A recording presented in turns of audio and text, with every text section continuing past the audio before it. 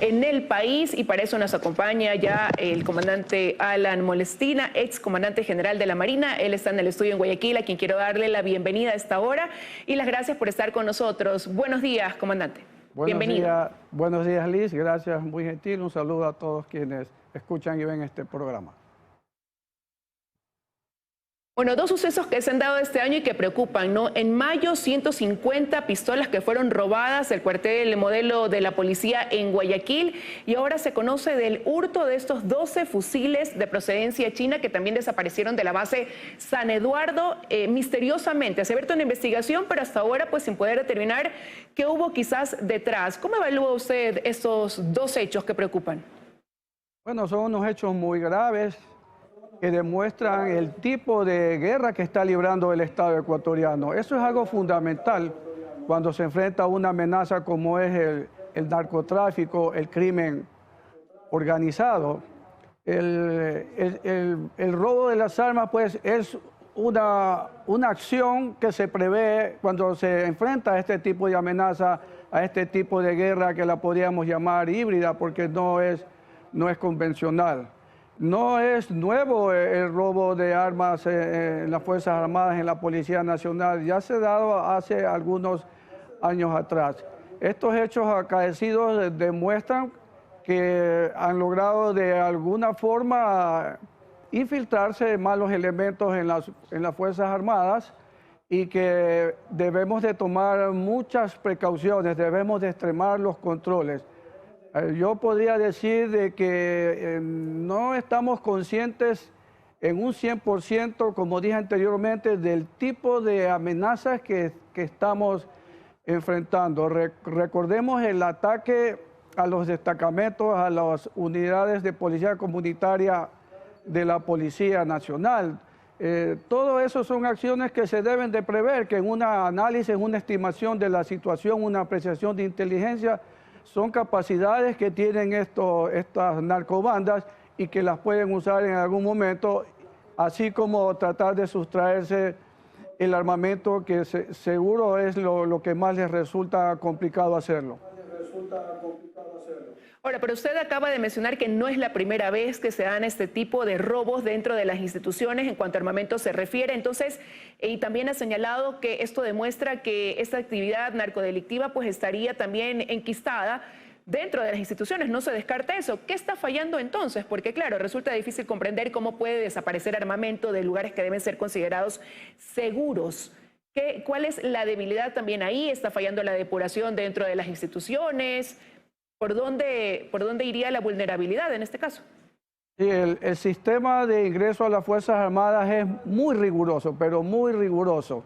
Desde el Comando Conjunto se emiten los reglamentos en donde están todos los requisitos para ingresar a las Fuerzas Armadas, tanto a la Escuela de Formación de Oficiales como de tropa. Inclusive dentro de estos requisitos se pide el pasado judicial y si algún familiar hasta segundo grado ha estado involucrado en algún tipo de delito, ya es rechazada la carpeta del aspirante, se lo somete a exámenes psicológicos, en fin, luego viene un proceso de formación. Pero no olvidemos lo que yo dije al comienzo, la industria esta ilegal, este crimen del narcotráfico genera miles de millones de dólares en todo el mundo, más en los otros países donde un kilo de coca que cuando sale de Colombia vale $3.000 en los mercados internacionales y llega hasta costar $80.000. Entonces hay de por medio mucho dinero, lo que hace que con estos recursos puedan corromper elementos, y como estamos viendo, las Fuerzas Armadas, las Fuerzas del Orden no son la excepción. Entonces, ¿qué es lo que queda? Primero, tenemos que poner los pies sobre la tierra, aceptar de que somos humanos, que personas pueden ser susceptibles de ser corruptibles. Entonces hay que extremar las medidas de control en las áreas más sensibles que tenemos de todo el país, no solamente de las Fuerzas Armadas.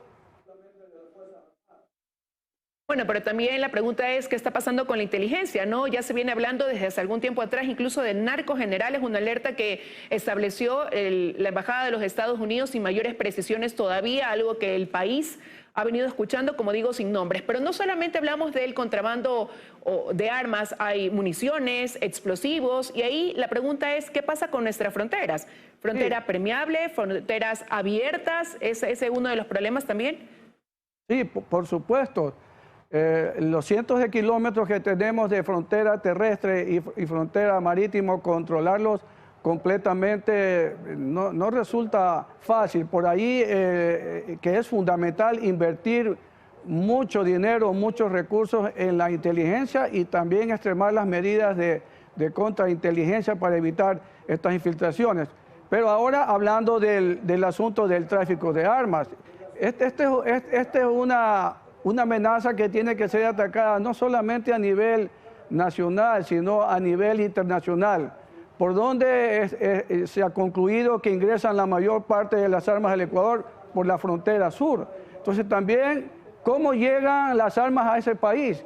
¿Cómo salen de su espacio, de su territorio? Es una responsabilidad que tenemos todos los países de la región y del mundo, porque también esas armas que llegan al Perú, en este caso que ha sido mencionado, de dónde le llegan. Entonces, esta es una responsabilidad a nivel internacional. Existe un convenio en la Organización de Estados Americanos, en la ONU, para el control de armas y su tráfico, pero vemos que no está funcionando. Comandante, pero ahí la pregunta también es qué pasa con nuestros militares, ¿no? Porque justamente se abre el debate si se deben cambiar o ampliar las funciones que tienen hoy las Fuerzas Armadas también para ese apoyo contra el crimen organizado, pero entendiendo que por ahora su principal misión es esa, ¿no? Su trabajo en las fronteras. Totalmente de acuerdo con usted. Debemos de hacer un análisis profundo y en mi concepto la misión de las Fuerzas Armadas no tiene que ser distraída, porque tiene cuáles son su espacio natural para actuar, las fronteras marítimas, el espacio aéreo y las fronteras terrestres, y no deben de ser descuidadas de esa misión. Ahí es donde tienen que concentrar su trabajo.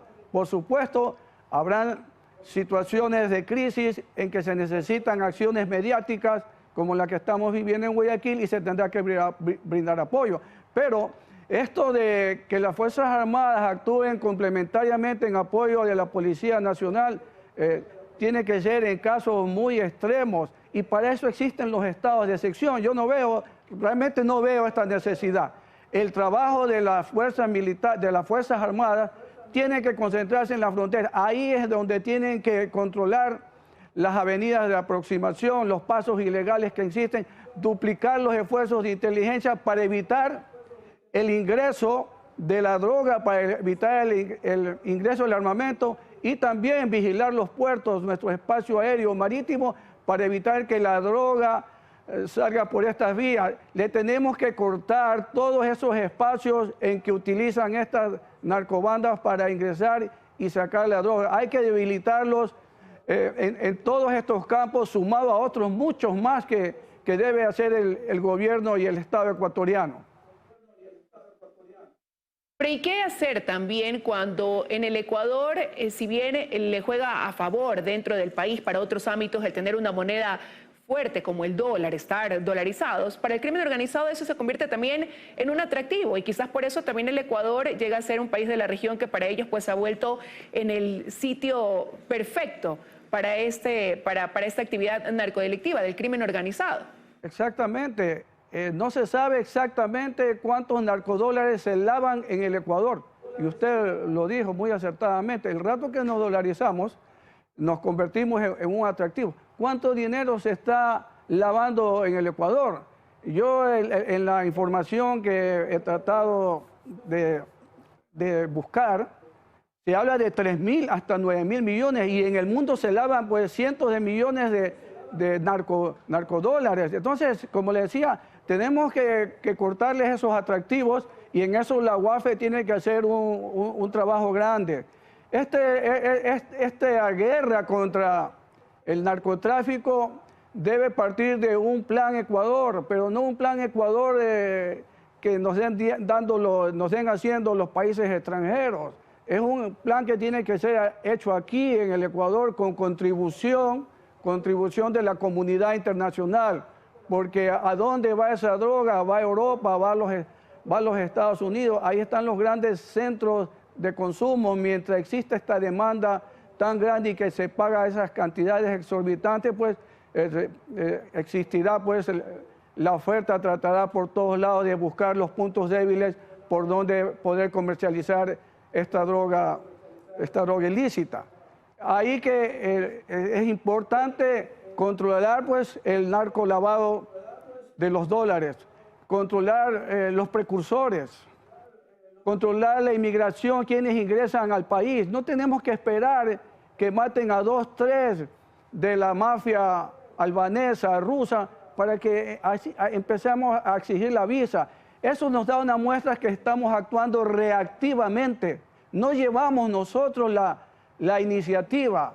Este plan tiene que ser hecho bajo un análisis muy profundo y de ahí a los diferentes sectores dar las directrices para frenar el tráfico de la droga, porque es la principal amenaza al momento de la seguridad nacional y ya vemos los estragos que está causando. En el caso puntual de estos fusiles que han sido sustraídos de un refugio, de un reparto de la Armada, pues indudablemente que ha habido algún exceso de confianza, los controles no fueron los adecuados, si no, no hubiera ocurrido. Estos 12 fusiles, recuerde que fueron de los 10.000 fusiles AK-47 que fueron donados por la China al Ecuador y que nunca fueron usados.